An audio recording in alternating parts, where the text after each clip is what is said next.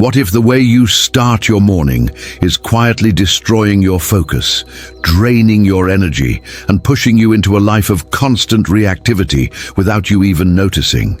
Every morning, millions of people wake up, reach for their phones, and get instantly pulled into a world of chaos, notifications, news, emails, all before they even brush their teeth. And the worst part? We've started calling this normal. But here's the truth no one talks about. If your mind is already in survival mode before the sun is even up, your entire day is being dictated by external forces. You're reacting, not leading. There's another way, a path followed by emperors, philosophers, warriors, and more recently, high-performing CEOs, elite athletes, and individuals who've uncovered an ancient secret.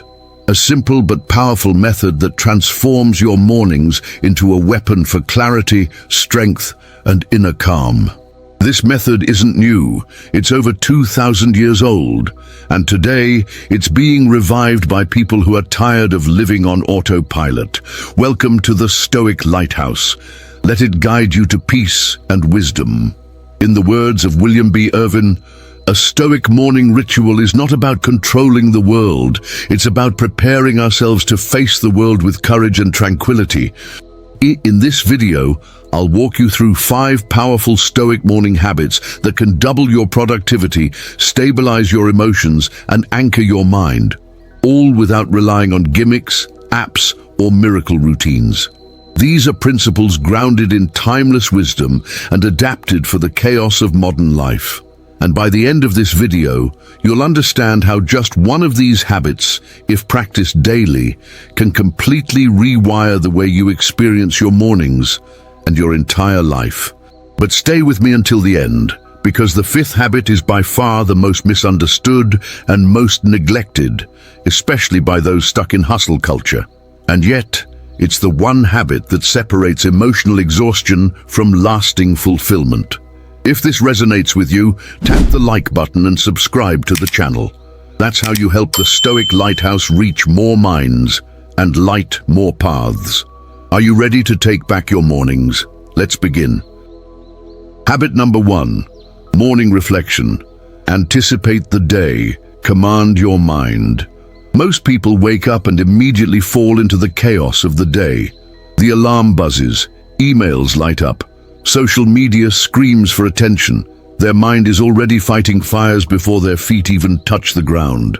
It's no wonder so many people feel like life is just something happening to them. But the Stoics, they saw mornings differently. They treated the early hours not as a rush, but as a ritual. Not as a reaction, but as a preparation. One of the most powerful tools the Stoics practiced was premeditatio malorum, the premeditation of adversity. It's the habit of mentally preparing for what could go wrong, not to dwell in fear, but to strengthen resilience before the first challenge even appears. Marcus Aurelius, the Roman emperor and Stoic philosopher, began each day by reminding himself of what he would face. Today, I will encounter people who are meddling, ungrateful, arrogant, dishonest, jealous, and surly. He didn't write these words to complain. He wrote them to stay grounded, to expect the turbulence and choose calm anyway. Donald Robertson, a modern psychotherapist and Stoic scholar, explains it like this. Anticipating adversity reduces its emotional impact and sharpens your ability to respond instead of react. This daily reflection is not pessimism, it's preparation. You're not hoping for trouble, but you're ready for it, like a warrior sharpening his sword before stepping onto the battlefield, or a pilot reviewing the emergency checklist before takeoff.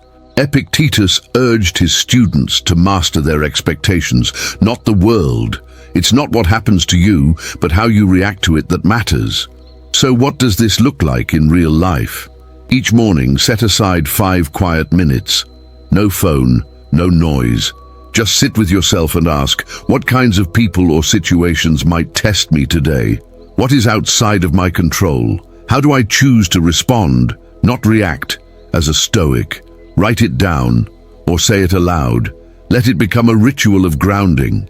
When you anticipate challenges, you strip them of their power to surprise you. Even Chrysippus, one of the architects of Stoic logic, believed that mental rehearsal was key to moral clarity.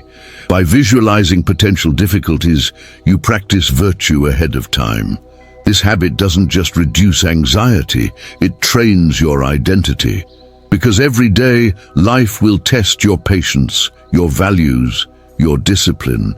And every morning, you can either walk into the storm unprepared or step in with calm readiness. As Marcus Aurelius reminded himself, nothing happens to the wise man contrary to his expectation. Habit number 2, philosophical reading. Nourish the mind before the body. Before you reach for your first cup of coffee, before your inbox hijacks your attention, and before your calendar tells you who you're supposed to be, feed your mind, not with noise, not with opinions, but with timeless wisdom. While most people start their day with caffeine and cortisol, the Stoic starts with clarity. Marcus Aurelius didn't write Meditations to publish a bestseller. He wrote it as a form of spiritual training, reminders to himself about what truly mattered.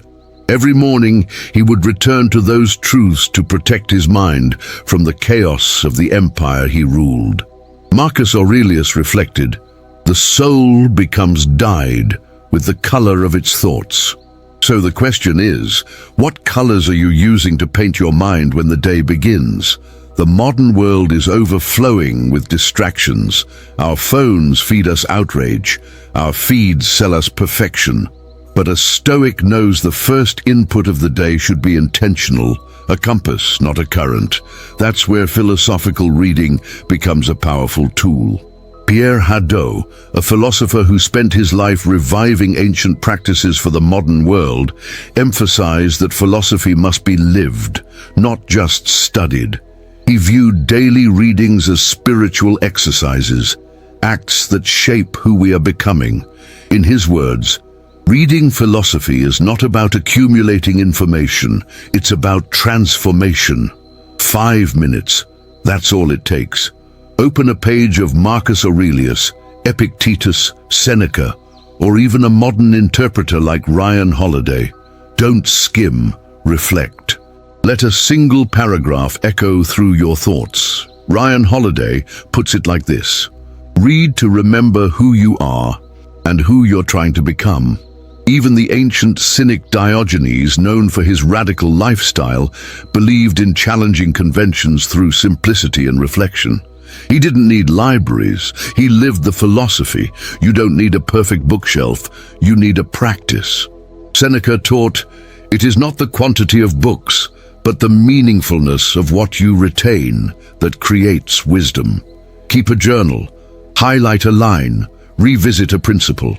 These small acts are not just about gaining knowledge, they are about shaping your mindset. They're reminders of courage, justice, moderation, and wisdom, the 4 cardinal virtues the Stoics lived by. Philosophical reading in the morning is not academic, it's intimate. It's the quiet moment when you choose who you will be before the world decides for you. Because without reflection, information is just noise. With it, knowledge becomes character. Habit number 3. Conscious movement. Train the body, discipline the mind. Imagine a warrior going into battle with a dull blade and a sluggish body. Would he stand a chance? Now imagine trying to face the emotional, professional, and social challenges of modern life without preparing your physical vessel. That's exactly what most people do every day. But the Stoics knew something different, something forgotten by much of modern society. They understood that the body is not separate from the mind. It's the first battlefield where discipline is either forged or lost. Epictetus, who was once a slave and later became one of the most respected Stoic teachers, believed that how we treat the body reflects the kind of character we are trying to build. Epictetus said, "Train your body, for it is the first instrument of your will." For the Stoics, physical training wasn't about vanity or appearance. It was about control, mastery, presence. They saw the body as the gateway to mastering the self. Seneca, who lived surrounded by Roman luxury, deliberately exposed himself to discomfort. He walked barefoot, fasted, slept on hard surfaces, not for punishment, but for preparation. He called it voluntary discomfort, a rehearsal for adversity. Seneca taught, "Practice poverty so that you may not fear it." This was not masochism, it was empowerment. When you train your body to endure, your mind stops fearing what is difficult. You learn that strength is a decision, not a gift. In our modern world, this principle is echoed by voices like Jocko Willink, a former Navy SEAL and author who embodies Stoic discipline. His daily mantra is simple: discipline equals freedom. The Stoics would agree, because when you choose to get up and move your body, when you walk in silence, stretch with awareness, or take a cold shower before the day begins, you are proving to yourself that you are in control. Musonius Rufus, the teacher of Epictetus, emphasized the connection between moderate physical training and philosophical strength. He believed that neglecting the body weakened the soul. According to Musonius Rufus, physical training in moderation is essential to the development of the philosopher. Chrysippus, too, linked physical endurance to logical clarity. He believed that a strong mind could not flourish in a weak, undisciplined body. So how can you bring this into your life? It doesn't require a gym or equipment. What it requires is intention, a brisk walk in the morning sun, focusing on your breath, a short, no-distraction bodyweight workout, a few minutes of stretching with your eyes closed, or simply the quiet discipline of standing beneath a cold shower, embracing discomfort instead of avoiding it. Ryan Holiday reminds us, "The way you do anything is the way you do everything." So when you rise early and choose discipline over ease, when you reject the soft impulse to stay in bed, you're sending a message to your brain: I'm in charge, not my cravings. Training your body becomes more than just fitness. It becomes philosophy in motion. Habit number 4, revisiting your values and goals. Remember who you're trying to become. We live in a world that constantly tells you who to be. Social media bombards you with filtered lives and hollow achievements. Hustle culture whispers that productivity is everything, even if it costs you your integrity. And every morning, the risk is the same. You wake up and start running without remembering where you're going. That's why the Stoics believed that clarity of values is not a luxury, it's a necessity. Seneca, the Roman statesman and philosopher, warned us, "If a man knows not which port he sails to, no wind is favorable."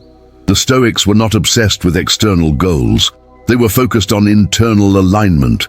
It wasn't about what they wanted to have, but about who they aimed to become.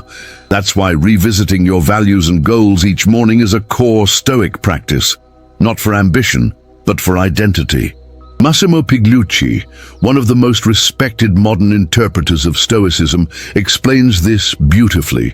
Without clear values, we are just leaves in the wind, reacting to everything, grounded in nothing.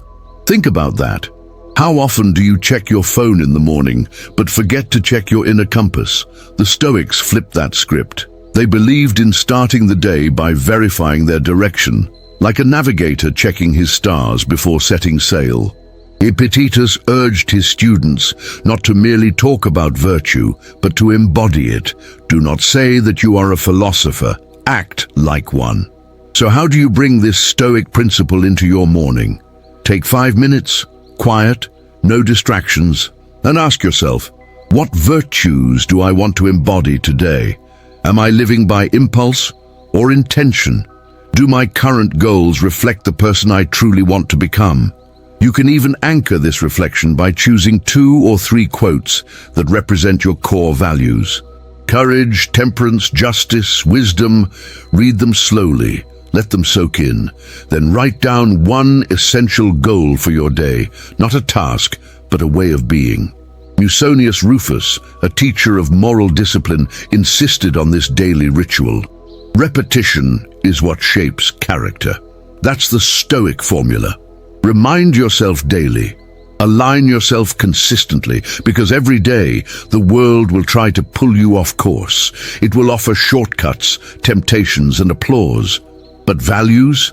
Values don't shout. They whisper, and only those who are listening will hear them. When you reconnect with your values every morning, you create more than direction. You build identity. You become the kind of person who lives deliberately, even when no one is watching. As Ryan Holiday put it, the Stoic doesn't wake up to chase success. He wakes up to practice justice, self-control, and courage, regardless of the outcome. This is how you take your life back from the noise. Not by shouting louder, but by listening deeper. Habit number 5, commitment to action. Focus on the process, not the outcome. We live in a culture obsessed with results. From the moment we wake up, we're measuring ourselves. How many likes did I get? How much money can I make today? Am I getting ahead fast enough? But here's the Stoic truth that most people never learn. You can't control the outcome, only your effort.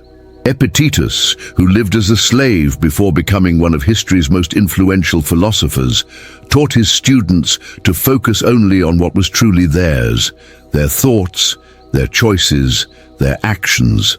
Epictetus said, "The function of a human being is to act with excellence, not to guarantee success." This is a radical shift, because most people tie their self-worth to results. But the Stoic ties his worth to intention, to consistency, to character. Donald Robertson, a modern psychotherapist and expert on Stoicism, echoes this in today's language. Emotional health begins when we stop trying to control the uncontrollable and start mastering how we respond. When you wake up each day and focus solely on what you can influence, your attitude, your effort, your virtue, you're no longer a slave to results. You're free. You stop chasing validation, and you start building integrity. Marcus Aurelius, who ruled the most powerful empire of his time, reminded himself constantly, do what's in front of you. Do it with justice, with love, with strength. So how do you apply this in your own life? Every morning, pick one essential task. Not based on how much praise it might bring, but on how much alignment it brings with who you want to be. Say to yourself, my job is not to control the results. My job is to give my best. Write it down. Speak it aloud. Repeat it until it becomes a personal law. This is where Chrysippus, the brilliant mind who systematized Stoic logic, adds depth. He believed that excellence was not just an act, but a rational alignment between thought and behavior. You do the right thing because it is right, not because of what it might give you. The process becomes the reward. Ryan Holiday drives the point home. The process is everything. The result? That's just a bonus. This habit may not seem flashy. It won't generate instant dopamine, but it rewires your brain for long-term resilience, because when you're no longer addicted to outcome, you become unstoppable in action. You stop asking, did I win? And start asking, was I virtuous in how I showed up? That's the difference between a frantic life and a fulfilled one. Now that we've explored these 5 powerful Stoic morning habits, maybe you've realized this wasn't just about productivity. This was about identity, presence, virtue. In a world that constantly pushes you to chase more, these ancient practices invite you to become more. Not by adding noise, but by subtracting distraction. By aligning your mornings with who you truly want to be, and letting that alignment echo throughout your entire day. Let's recap. Morning reflection. Anticipate chaos. Respond with clarity. Philosophical reading. Feed your mind with wisdom, not noise. Conscious movement. Discipline the body. Strengthen the will.